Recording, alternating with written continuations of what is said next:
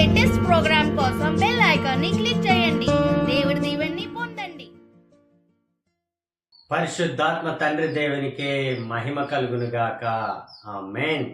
ప్రియమైన దైవజనులారా, ప్రభు క్రీస్తు యొక్క మిత్రులారా, ఈరోజు శనివారం, మార్చి నెల 21వ తారీఖు. యేసయ్య ఈరోజు మనందరితో మాట్లాడుతున్నారు. పునీత యోహాను గారు రాసిన సువార్త నుండి 7వ అధ్యాయము వచనములు 40 నుండి 53 వరకు. ప్రజలలో భేదాభిప్రాయములు. ఈ పలుకులు విని జన సమూహములోని కొందరు ఈయన వాస్తవముగా ప్రవక్త అనియు, మరికొందరు ఈయన క్రీస్తు అనియు చెప్పుకునిరి. కానీ కొందరు క్రీస్తు గలిలయ నుండి రాడు కదా, దావీదు వంశము నుండి, దావీదు గ్రామమగు బెత్లెహేము నుండి క్రీస్తు అవతరించునని లేఖనములు చెప్పుటలేదా అని చెప్పుకొనిరి. ఇట్లు ఆయనను గూర్చి జనసమూహములలో భేదాభిప్రాయం కలిగెను. కొందరు ఆయనను పట్టుకొన తలచిరి, కానీ ఎవడనూ ఆయనపై చేయి వేయలేదు. అధికారులు ప్రధానార్చకుల యొద్దకు, పరిసయ్యుల యొద్దకు తిరిగి రాగా, మీరు ఆయనను ఎందుకు పట్టుకొని రాలేదు అని వారు ప్రశ్నించారు.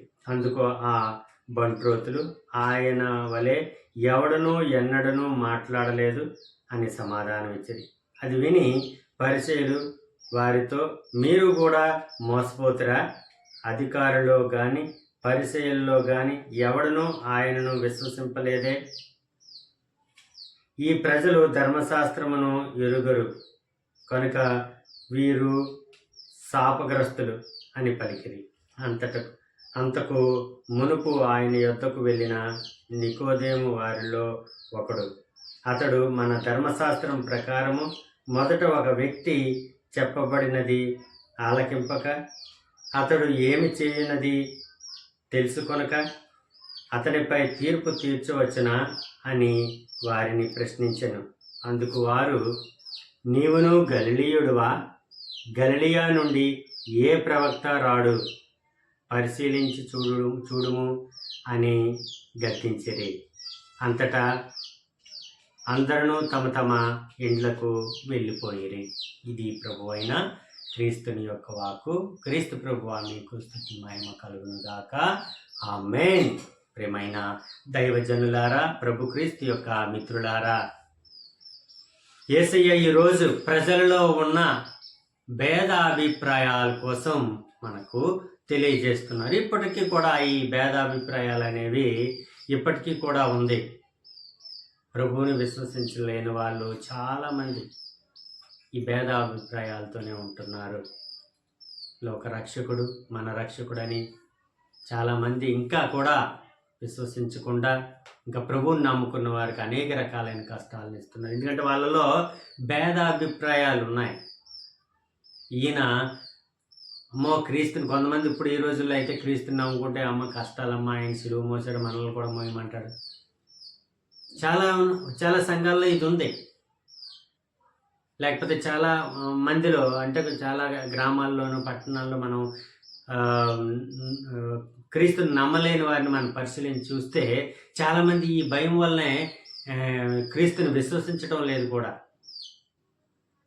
అమ్మో ప్రభువుని నమ్ముకుంటే, దేవుని బిడ్డలను ఆయన నమ్ముకుంటే మనకి ఆయన పడిన కష్టాలన్నీ కూడా మనకు వస్తాయి, మన ఇంటికి వస్తాయి, ఎందుకు వస్తాయి. చాలామంది సిలువను కూడా ఇంటి దగ్గర కానీ లేకపోతే చర్చిల్లో కానీ ఉంచరు.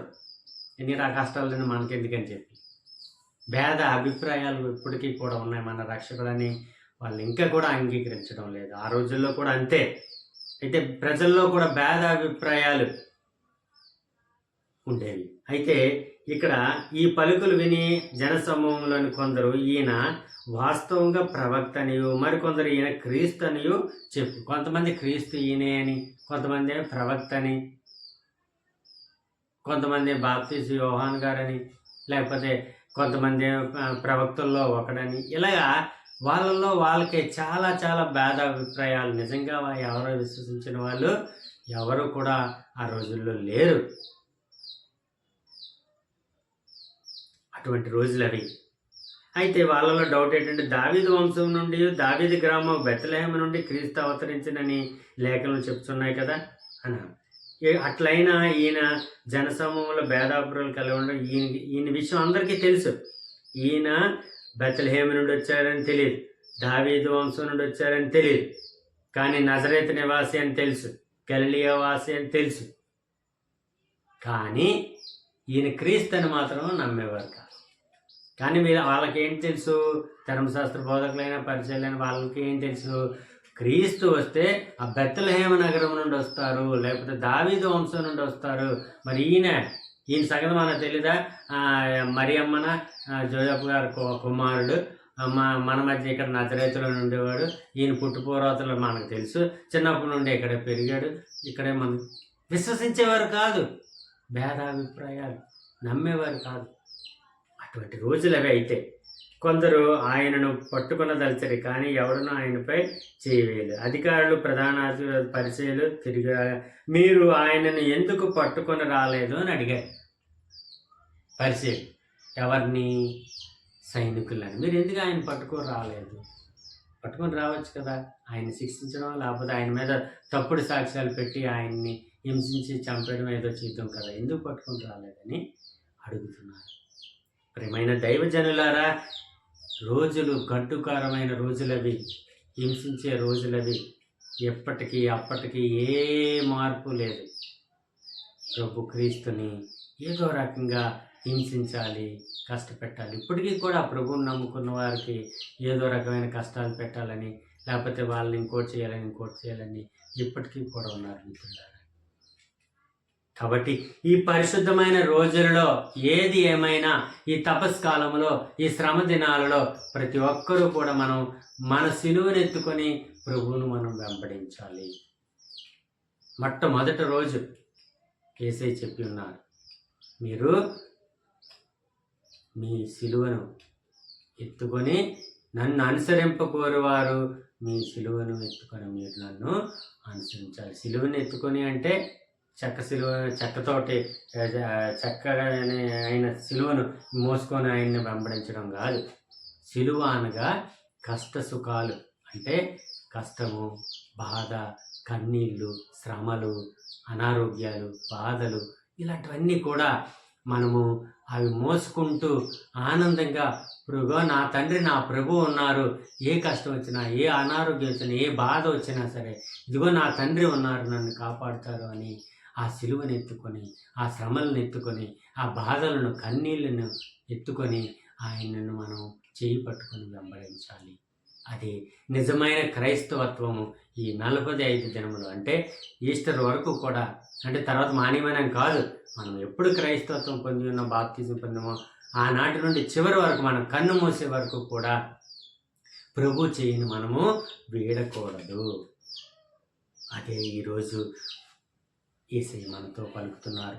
ప్రజల్లో భేదాభిప్రాయాలు ఉన్నాయి, అప్పుడున్న భేదాభిప్రాయాలు ఇప్పటికీ కూడా ఉన్నాయి, కానీ అవన్నిటినీ మనం త్యజించాలి.